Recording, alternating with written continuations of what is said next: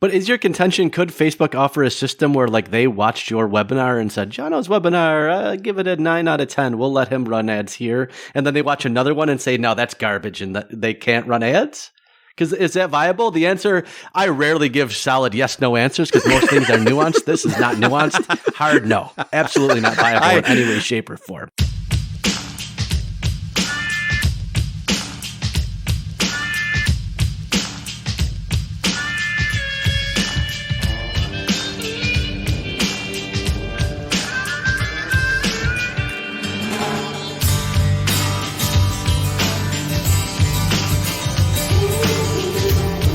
Hello, listeners, and welcome to episode 23 of Season 3 of Bad Voltage.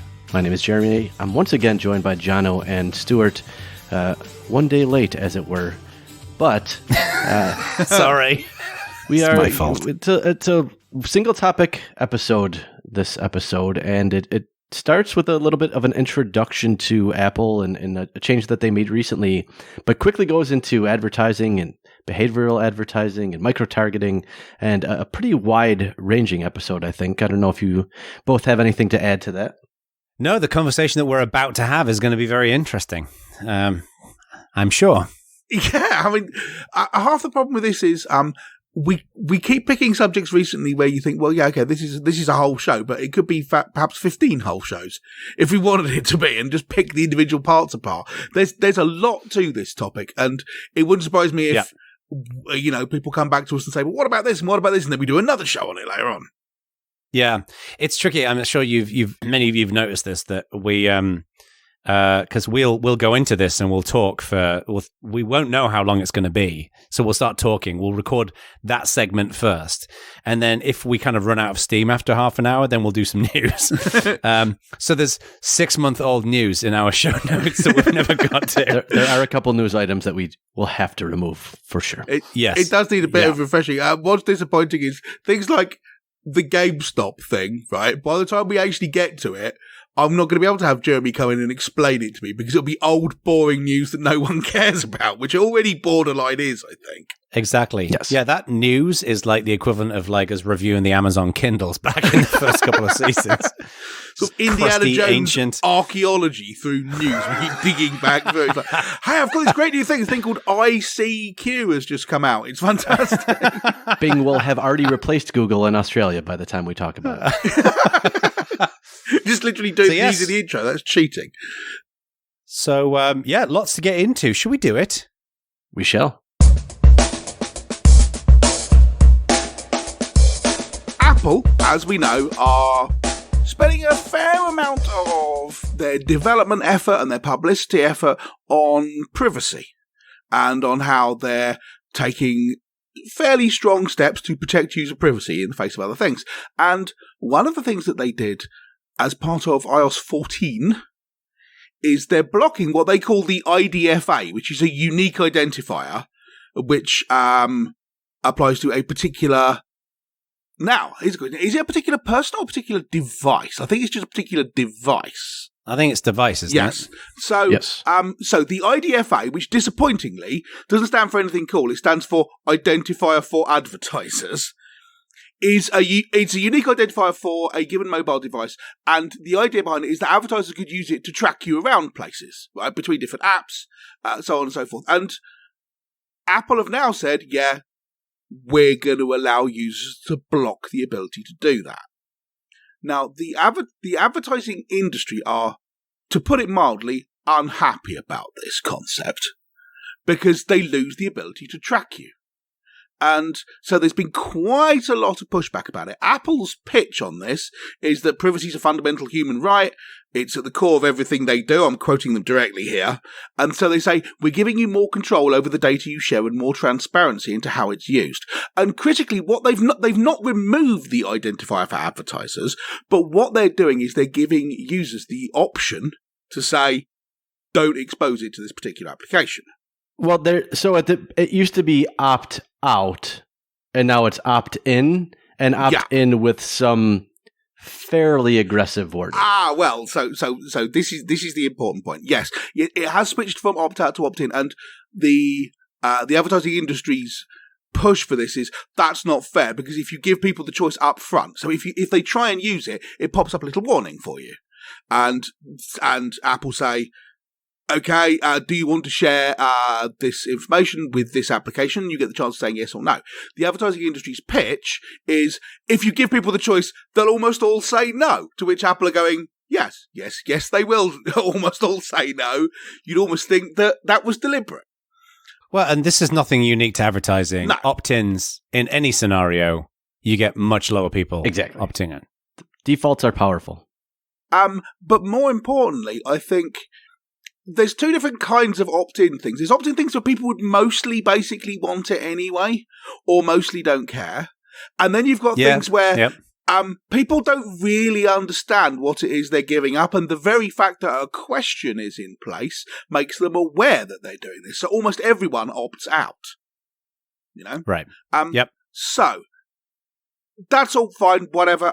We're not really here to talk about the fact that Apple are doing this. What I think is interesting is this unfair to Facebook?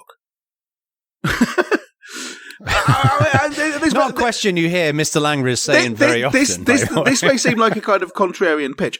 And to be clear, the intention here is not to have a whole segment talking about Apple versus Facebook and the Apple IDFA. That's kind of Facebook. This is just the framing for the rest of it. Yeah. Just the amuse-bouche, some would say. Some might say that. Probably not me. And not. I'm quite surprised I said it, to be honest. Not you before you moved to America. Some amusing bush. But yeah, so here's the thing. Facebook have made the point that this is going to screw them. And it kind of is. I think the one part of your question, because you asked a very broad, unnuanced question.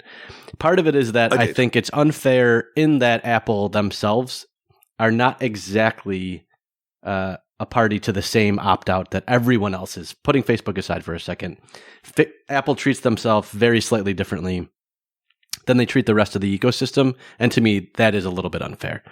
I think the answer to what you were actually asking is very much going to depend on what you think of Facebook's business model in general. So if you think tracking people across the internet is something that should never happen, and if that is a part of your business model, nothing is unfair, basically. And for people on the other side of that coin, I think they'll think it's unfair, if that makes sense.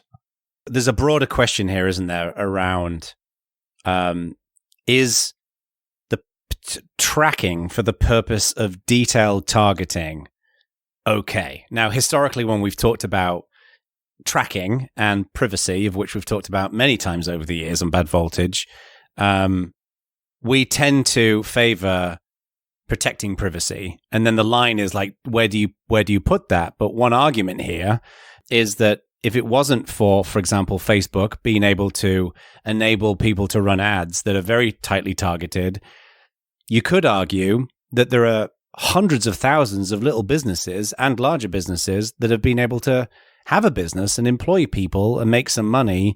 And the way in which they attract an audience is through ads.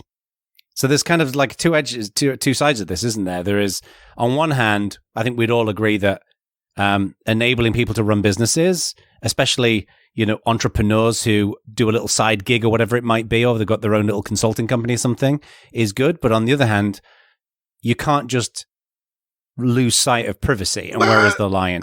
Maybe, but does targeted advertising stuff even actually work? Yes, it does. No. Conversation over. Not in the way that I think most advertisers would pitch you that it does in any way, shape, or form. I have an experience I can share if it's useful. Okay. Sure, I have some experience and some academic research I'll share after. Yeah. I feel like this is going to be interesting because I too have a statistic. But go, Jono, because Jono, you have the floor. It's always good to get the anecdata out there first. So go ahead. This puts me in an awkward position now because now I feel like Anvil about to go on stage before Iron Maiden goes on stage. No, the only anvil here is one that's just about to drop, my friend. But It's about to drop. So I'm going to preface this with the obvious statement of I'm not an expert when it comes to this stuff. But, so as a tiny bit of background, I'm a consultant, but I'm building out like a training side of my business, right? And if you want to sell training courses and things like that, then you need to attract a larger audience of people who can hear about you, kind of come in, and then you can sell them these products. So a common methodology of doing this is advertising. Lots of different advertising networks, Facebook, LinkedIn, YouTube, all the rest of it. I've been doing enormous amounts of research and learning into advertising. And I ended up hiring somebody to help run I did my first couple of campaigns that were a complete and total disaster. They didn't succeed at all. So I hired this guy to kind of come in and help me do this. And it's been quite an illuminating process. I've been doing it on Facebook, and what I've been advertising is a webinar, right? And it's all about Ack's favorite subject, content, right? So I feel like I ought to point out at this point that according to you two in previous shows, what that means is it's about literally everything. There's nothing excluded. Could not have been from funnier this. if it was completely fabricated. The fact that this is real is excellent. So essentially, I do this webinar for an hour, and then at the end of my webinar, and I think unlike most webinars, which frankly are a bit shit, I actually think my webinars are pretty decent. Like I have 141 slides of content in there, like go through a lot of material and like give away like templates and cheat sheets and all this kind of stuff, right? So I think it's worth it. And then at the end of it, I do my little pitch for my training course, right? Now, what I've learned throughout this process is that you make this funnel, right? So somebody sees the ad, they click on the ad, they go to the webinar landing page. If it looks interesting to them, they register for the webinar. Then you send them emails. Then they show up to the webinar. Then you do the webinar. Hopefully they stay towards the end.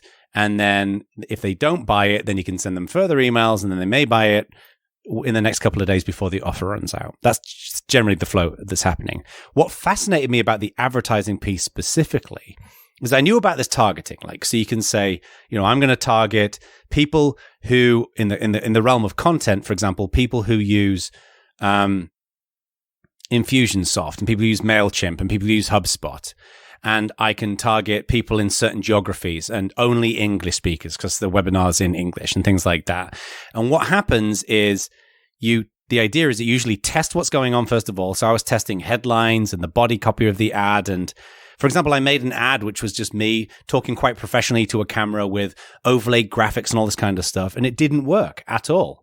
And the Facebook advertising dude was like, grab your phone and record a video with wobbly cam and just share 3 tips about how to do content effectively. And that converted enormously, right? So there's all of these like little techniques that people use. And what's fascinating is that for people who've not done this before, when people start converting into registered attendees, you can create an audience of people that look like them. Not physically, right? They just have the same kinds of attributes. So the more you run advertising, the more... I mean, obviously, these people will be very attractive people. The more Facebook... I was thinking, it's like, oh my God, everyone who showed up to my thing looks like Philip Seymour Hoffman. I don't understand it. And that will be... that's an episode of Black Mirror right there. It is be Adrian yes, Smith for you. Right, Adrian Smith. Kevin Spacey. So anyway, so Facebook learns more about those people because apparently Facebook tracks something like 40 to 50,000 individual variables for each individual account. And then it can come up with that combination of variables and then start referring the right kind of people to your ads. So what I read, and this isn't just the Facebook guy telling me this, but also I read this elsewhere, that once you get over 500 registrations, your cost per lead plummets. It gets much cheaper to attract people. So what's fascinating, and this is, I think, an interesting point in the conversation, is when I was looking at other people who run these ads, because what a lot of people do is called funnel hacking, where you go and look at other people's ads and you see what they do and you replicate the techniques that they use, such as using bright images or certain types of headlines. A lot of the ads I was looking at, which are for like marketing guru type people, are just, I think, unethical. It's like promising these incredible returns on their time and their investment. And almost like get rich quick kind of stuff, which is banned on Facebook. But, I refuse to do that. Like, I think my ads look and sound, I think, reasonable. They're not sensational in nature. So I wish that Facebook would reward decent people as opposed to outlandish marketing claims and all that kind of stuff. And it doesn't right now. So that was my experience of Facebook. That horse left the barn a long time ago. So that's true. There's a lot to unpack here. So first of all, for those of you who have not used Facebook audiences, the number of ways that you can target people is astonishing in a way that is terrifying. It's like friends of friends who have a female friend that had a birthday in the last 7 days. It's like the degrees of separation and the things that you can track is... And own a Camaro. Yes, it is. So it used to be so specific that you could literally target an individual human, and there's a bunch of pranks where people did this, and now the audience has to have at least 20 people because it was that hyper specific. So anyways, just to set a little bit of context there. 2, I'm curious in your experience, I get that you're targeting and using a bunch of things that you think will get the folks that you want in this to take your webinar. Number of signups aside, how have those signups been from a quality perspective? So this is where it gets complicated. So this is the first time I've, so take a step back for a second, just for people who are less familiar with this, who are listening. When people are talking about advertising, they often talk about hot, cold, and warm leads, right? So a cold lead is somebody who you don't know, they don't know you.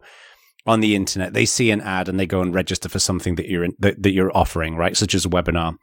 People who know you or have a problem that you can solve, they're warm people, and then people who are just gagging to, they're really interested in what you're doing. They know who you are. They think you're good at what you do. Those are hot leads. This is the first time I've attracted cold traffic, right?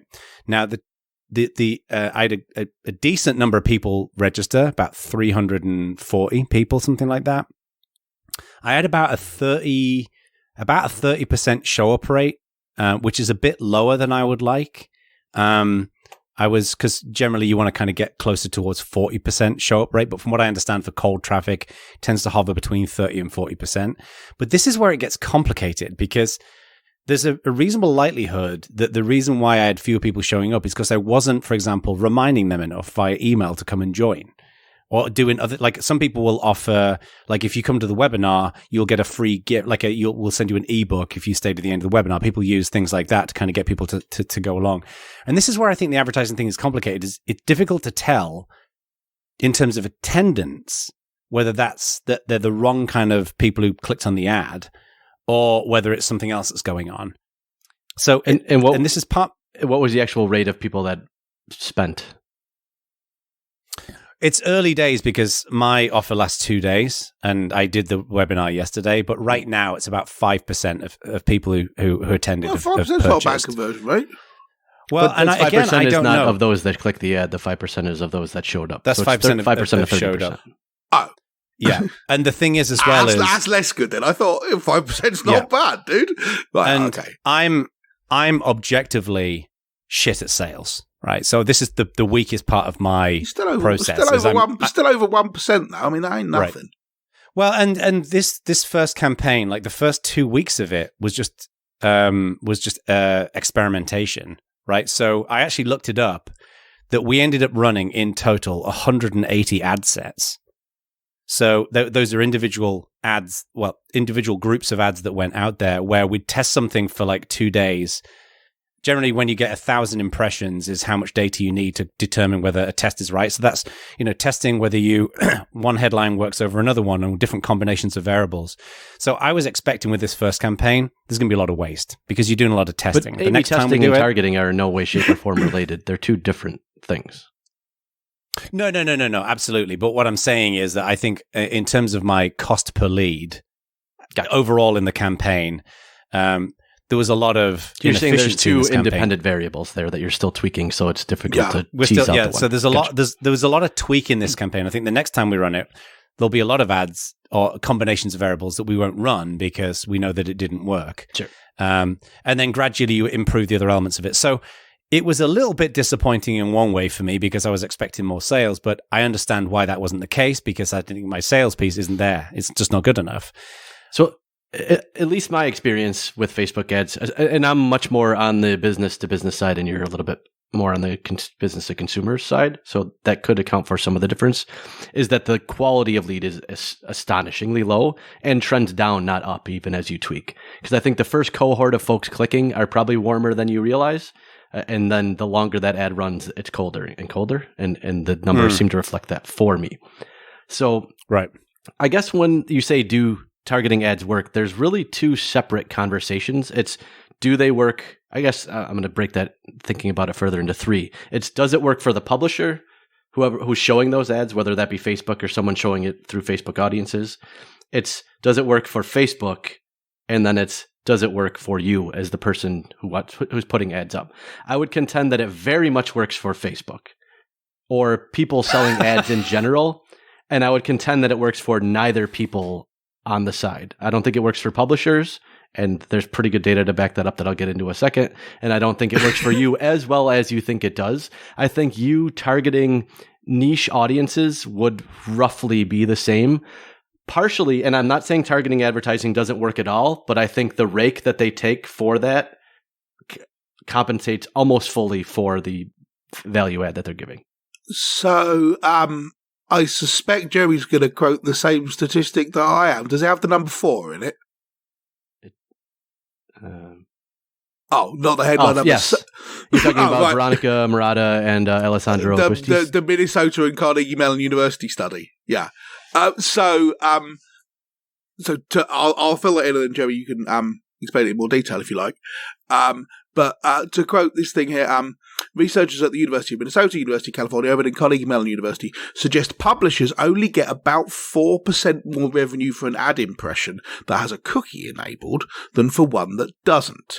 And then they go on to say much of the premium that you get is likely to be eaten up by the so-called ad tech tax, the middlemen's fees that eat up 60 cents of every dollar spent on programmatic ads. And that's, Jono, while you were describing this, I thought, well, what you're describing sounds pretty compelling to me. You know, you're identifying particular niches that you think would listen. You're able to advertise to them directly. You're getting a reasonable amount of sign-ups and so on. And that seems good, right? And I don't quite understand how that squares with the idea that, I mean, what they're pitching is that ad targeting doesn't work at all. It's not that you're doing bad ad targeting. They're saying if you do ad targeting, you get 4% more than you would do if you just didn't do anything. They're talking about the other side of the equation. They're not talking about Jono in this case. They're talking about if non-Facebook sites were to show Jono's ad, they get 4% more revenue, which equates to 0.00008 cents per click is what it adds to the ecosystem on the publisher side. And on the publisher side, to back that up, because of GDPR and some other things, in 2019, the New York Times completely stopped running any kind of behavioral ads in all of Europe, which I'll consider statistically large enough to be significant, and the revenue was impacted 0% for all of Europe. And this is what I find to back that up. This is what I find fascinating, because, John, as you say, that sounds like a very compelling story that you're telling there. It does sound very convincing. But equally, if you look at this big picture, people are saying, just don't do ad targeting at all. I mean, it's not even No, you shouldn't do no targeting. I don't think you should do behavioral targeting to this level. So I think in Jono's case, targeting to people that liked things that he think are in the niche that he's training for would be some amount of targeting. But my point is not that those results would not be slightly worse, because they would be worse. My point is he would pay less for them, because basically what I'm saying is Facebook is eating up the gains. He's not getting better results because he's paying more for better results, which in the end will trend the same in the end for him. You know, one thing I'm curious about here, and just to be very clear, I'm not suggesting for a moment that this even works. I just don't know. This is my first foray into it, so this may not work. Just advertising in general, but I do wonder what how this varies depending on what you're selling. So I was thinking about this the other day. So to use my example, right, the package that I was offering in my webinar is $345, and it's got like the course, but it's got loads and loads of bonuses, like, you know, hands-on mentoring and all kinds of stuff. And I think it's a good package, and I think it's good value for an investment in that. And you can pay it in like 3 installments, so $115, whatever. But therefore, because it's a higher ticket item, it's not like a $2,000 thing. But I think that if someone's a cold traffic person coming to a webinar, they're probably going to be fairly unlikely, unless they're flush with cash, and this is exactly what they want, to spend $345 on something in a webinar. Like, it's something I've never done, for example. But if you're selling something that's $20, then maybe they'll be much more open to the idea of that. But then if you're selling something that's $20, you can't be spending $1 per lead to acquire. You can't. Yeah, and you exactly. So I wonder. This is where I think it gets complicated. Is to what extent the role of the ad plays, the size of the expense of the product, and then all of these other things that are going on as well. Like I say, you know, email nurture, and you know, one thing that's very common is that people will retarget ads towards people, for example, who showed up to a webinar. Now, that's not something I'm planning on doing right now. So you're showing relevant ads because, you know, there's this theory of someone has to see something 5 to 7 times before they're likely to actually buy it. So it's complicated for me to get a real firm sense of like, what does that mean for different people when it comes to the specific ads? Because I struggle with the notion that showing targeted, valuable content to people who are in your audience that you care about, I struggle that can't be valuable, or that it's the conversion into sales. There's so many variables mixed up in this. I just don't know. My contention would not be that it has no value. It's that the value is not worth the cost. I think before this conversation, we've tended to cover this. I've certainly tended to cover this from the value to you is not worth the cost to society of having everyone's data collected. But Jeremy's pitch is the value to you is not worth the cost to you, which is a much more compelling So more argument. the second one, but I think, or I'm sorry, more the first one, but also the second one. And I think that it's not that it isn't creating value because Google and Facebook are making unbelievable amounts of money on this, but I think they're the main beneficiaries. But the thing about it's the part of this from like a sociology perspective that fascinates me is the story is compelling. But I think it's very much a story because it has a narrative that's believable, and they can throw very real numbers at you because they are making very real money. I think they're trying to convince you that the value is there for you, when in fact the value is there for them. I've spent a week attempting to find some kind of definitive statement as to whether they're actually more valuable and whether this stuff works. And obviously, what you've got is a whole bunch of partisan stuff on both sides, and I have no idea what the actual truth is.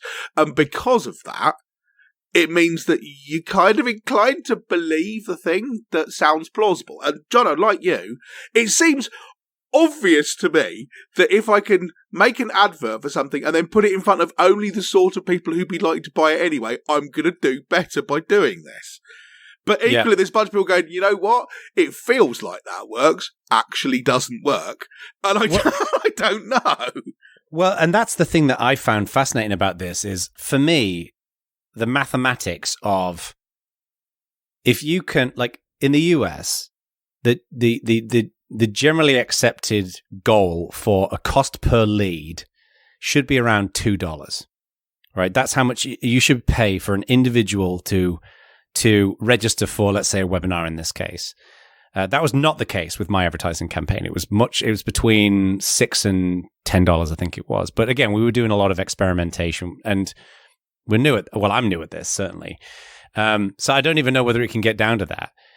So the theory that if you can spend, let's say you spend $2 per person who registers, and then you make a certain amount of revenue from that webinar, let's say, and you've got a more expensive item, the idea that essentially all of these little $2 fees that you're paying for those people to show up, and then the proportion of people that purchase it, the theory holds with me that you can make some money from it. What I don't know is when you factor in all of the labor that's involved in setting up all of these individual pieces from the email and the webinar and all these different elements. What I don't know is to what extent it is profitable. But what I compare this to is some of these. I think I've mentioned this previously on the show. I got invited to this group of marketing experts because I went on this guy's podcast, and some of these people are making ridiculous sums of money, and they're primarily bringing people in through advertising. Like they're making literally, they'll do a webinar and they'll make $2 to $3 million, like from a webinar, and they're spending tens of thousands of dollars on advertising. But I think what they've done is they've been able to tweak every individual detail in that funnel because they're marketing experts, and I'm not. Like I think I can get close to that, but I'll never get to that. So this is where I think that maybe what you're talking about, Jeremy, is that for most people, this advertising model won't work for them because they don't have the experience or the time, to tweak all of those individual pieces. But when you can, then you can be very profitable. Well, I think we're conflating a couple different things here. One, advertising for better or for worse works very well. Yeah. That's why it's a thing. but beyond that, I think we're slightly blurring the line between the behavioral micro-targeted advertising that require massive amounts of data on individual people and targeted advertising, which I think is fine. So someone advertising on Linux questions because they want to reach folks that are interested in Linux is very targeted advertising, but requires no one in that chain to have any amount of data except for the fact that they know that ad will run on a specific site. So if you want to target people who like running, go targeting running magazines and running forums and running sites in general makes a lot of sense and is very targeted advertising, I think, in a good way. You're supporting niche publishers. That ecosystem makes sense to me, and from there, advertising works. The specific Does it, though? Type of sure, it's worked from the day people were humans and started advertising until about 8 years ago. So yes, the answer is yes. My point is not to cut you off because I know you're halfway through a statement, but if you go and advertise using your example of Linux questions.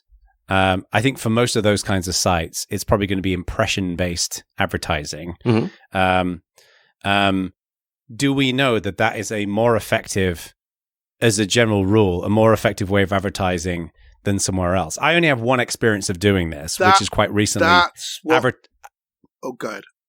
Well, I was going to say I was advertising my new music project on this network of heavy metal websites, and I've seen extremely low performance on that. I'm not even selling anything. I'm giving away music for free. That's the pull in, and it's performed very, very poorly. Well, I mean, that's what the Carnegie Mellon study was saying, right? As you say, Jeremy, it's not comparing highly targeted advertising versus putting up a billboard at the bottom of a mine. It's comparing it with what advertising looked like before all the targeted stuff, which is still you advertising in the middle of television programs which attract the sort of audience you want, or on websites that attract the sort of audience you want, or whatever. And there seems to be very little in the way of difference. Yeah, but I think we're painting with such broad brushes here, right? Because even if we just look at Facebook advertising, as we've already talked about, it's fucking complicated. And there is a massive variation between someone boosting a post on a Facebook page where you click a button and off you go, and somebody who's a Facebook advertising expert tweaking a campaign and testing and all this kind of stuff. There's a massive gulf there. And then I think there'll be a massive gulf between me advertising my little EP on a site and a big record label doing it right. And, the expertise in that specific advertising domain. Aren't we comparing two really broad brushes here? Kind of, but I also think, and this is something that the tech industry tends to think more than it should do, but there's an awful lot of superstition and cargo culting in advertising. I mean, you mentioned earlier the idea of what did you call it? Ad hacking, where you copy what worked. Funnel hacking. Funnel hacking, where you copy what worked for someone else, and to some extent that does work. But equally, there's an awful lot of copy this because it worked for other people with no real understanding as to why, or even if it does, or testing it because you haven't got time. So there's an awful lot, I think, of cargo cult working in this, and therefore I mistrust people's self-reported reasons as to why they are successful, in the same reason that I mistrust successful entrepreneurs who tell you why they were successful. Because I think there's a massive success bias there. Yeah, exactly. I mean, you talk to a bunch of people who did a bunch of good work, but basically got successful because they happened to roll double sixes, and the dude next to them who did the same work. I mean, the other thing where it's pretty easy to say, I don't know that Facebook is in any way being genuine here, is that they claim that the tools that they're offering are enabling this renaissance and boom in small businesses. Small businesses are at historic lows and have been trending down since Facebook started. So if they're helping small businesses, it's certainly not showing up in the number of small businesses that are viable.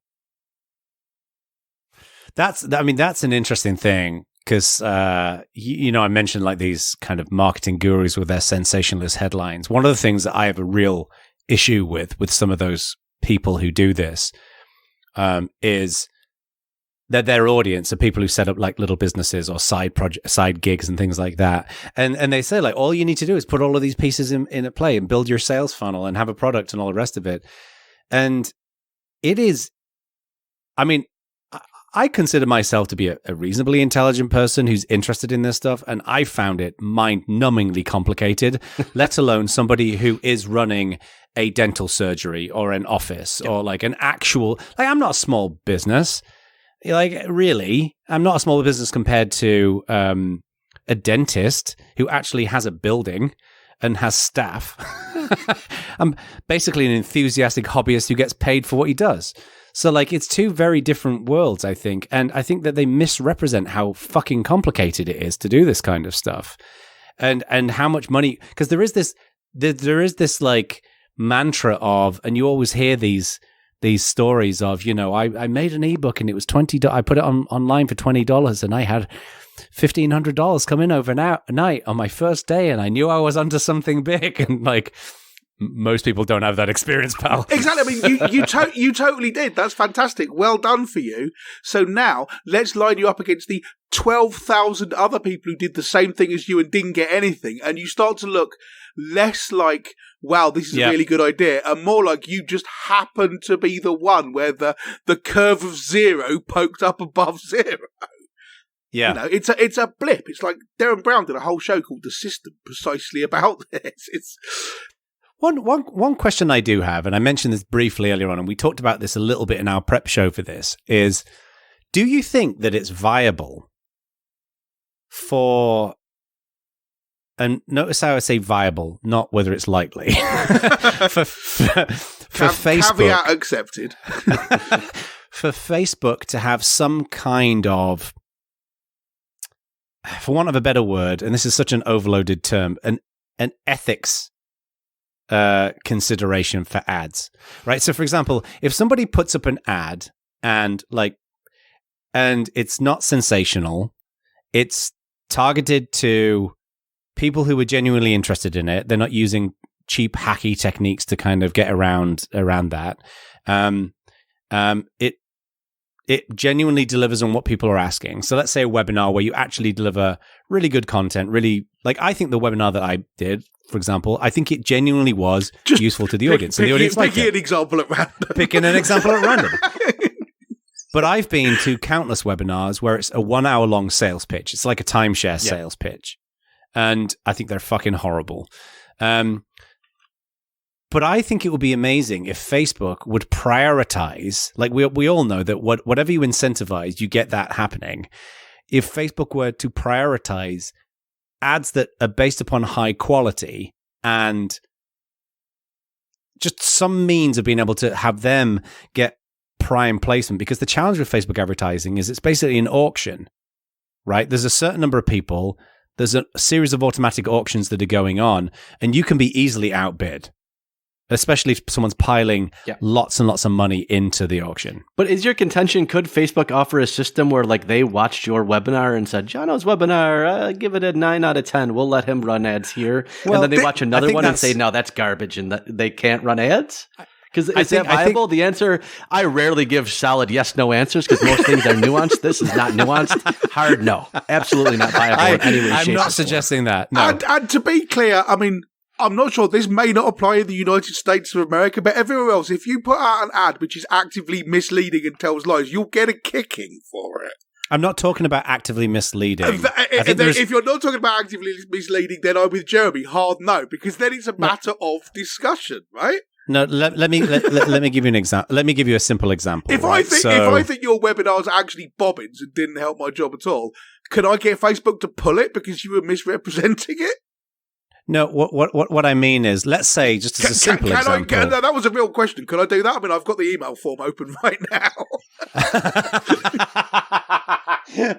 I don't know, and I hope not. For me, no, I'm assuming I cannot. But please explain. Let's say, for the sake of a simple example, that I mean, it's completely non-viable that Facebook are going to watch your webinar and make a determination based upon that. Yeah.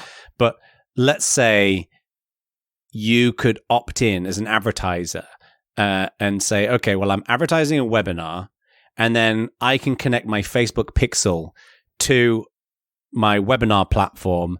And let's say I get 70% of people who showed up to the webinar stayed for, 50 minutes of the 60 minutes. I would say that metric tells me that it's probably reasonably decent and people are actually sticking around for it, and be able to reflect that back to the ad.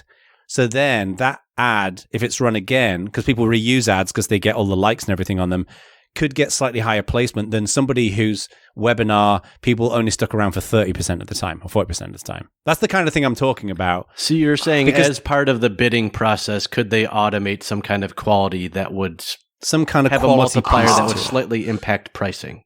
I can't for the life of me see how you could do this without being gamed to hell and back. There's no way of having an objective measure of quality, which is what you need here. But even if it's objective, it will get gamed. You look at Amazon reviews, right? For a lot of, especially somewhat inexpensive products, there are companies that pay people to buy the product so that it is a verified purchase and will not only buy it for them, but then give them extra money to give it a 5-star review. Yeah. And there's no way that's, objective by some definitions of objective, and that a person did the thing. It's not an objective, but it's not actual review. Right. and leaving that aside. How do you screen for that? The BBC reported yesterday that people are selling fake Amazon reviews in bulk. There's 10 different websites selling fake reviews from £5 a piece, right? And that is obviously... put in the show notes, should we do a show about this, in fact? and I think it's interesting. I think that'd be an interesting show to talk about fake reviews, because I've noticed something similar with playlists on Spotify as well. But that, to me, I think is the point. That's actively against the rules, and they're having difficulty stopping people doing it, let alone people going, yes, this is quality, and then someone saying, but I don't think it is quality, and then you argue about it. But I do think that what is so interesting about all of this marketing stuff is, as opposed to brand marketing where you put up a billboard and you can't really tell how well it's performing, with exceptions. Like if you've got a billboard for McDonald's in an area and you've got a McDonald's 2 miles away, then you can maybe make a reasonable assertion that people are going there. But with all this digital marketing stuff, you can track every element of these funnels, which I think is what's so powerful, because people can tweak them. And it seems like an interesting conversation here is there a way of actually somehow measuring the impact of the thing that you're selling, right? Of the thing that you're advertising. And of course it can be gamed, and there need to be protections in place. But I feel like we need to get away from some of these advertisers who are promising some sensational elements, and the advertisers will never volunteer that information. They will always talk about the one person who sold the $1,500 of ebooks in their first day, as opposed to the 12,000 who didn't. But I wonder if there is a way in which they can opt into something kind of similar to Trustpilot. Like Trustpilot is a way of giving people social proof and confidence that something's legit. And people opt into it because they feel like that helps. And I'm sure that's game to hell and back as well. But it just seems like this is an interesting area of conversation. I don't know. Yeah, I mean, a related thing, I think. Tom Scott, relatively famous YouTube bod, put out a video. Who is it? I never heard of him. What does he do? He's a YouTuber. That's like literally his job. I don't know whether you. Yeah, I know, but what's his channel about? He tends to do sort of things that he finds interesting, educational videos about science or about just things that are curious shit. Yeah. This kind of thing, right? Cool. He's got dramatically better over the last 10 years at production value and stuff like that. But he did a video published on Monday, so before we recorded this show, but after we thought of this show, annoyingly, about product placement and how the rules are different for online publishers than they are for TV and films, which I didn't realise. Now, the rules on product placement are very different between the US and the UK, and he brought that up. But there are also much more stringent requirements if you're doing online video on YouTube or something like it than there are on television. And I didn't realise this. So, I mean, his pitch was, this doesn't seem very fair, and I think TV and film should have to fit in with the same requirements that we do as online people. Fine, whatever. But I wonder if part of it is that the TV and film people got kind of grandfathered in, and what they want the rules to look like is you have to say up front, this contains product placement, rather than in a tiny little note at the end or whatever, or not at all. And so this idea of let's define a new set of rules from now on might not be a bad thing to apply to this. I agree with you, Jono, that maybe we should try and do something, even if it's going to be gamed. I mean, take your example of the number of people who stayed for over 75% of your webinar.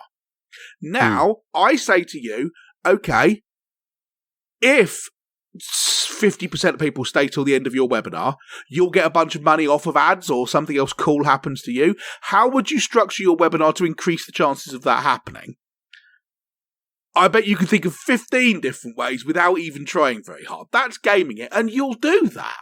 Not because you're some kind of malicious, evil, moustache-twirling person out to destroy society, but because, hey, here's the thing I can do. So this is exactly what you said about you get what you incentivize. And so that incentivizes people gaming the metrics. But I think the key is you want it to be gamed in the right way, because people using webinars as an example, which is a common thing that people are advertising, at least in the digital world, you want to get people to stay to the end of the session, because usually it's at the end of the session where people are selling whatever they're selling, or they want people to, like, there's a conclusion to this to the webinar there. But I think his point was if that amplified the ad placement, people would just have bots that stayed to the end of the webinar.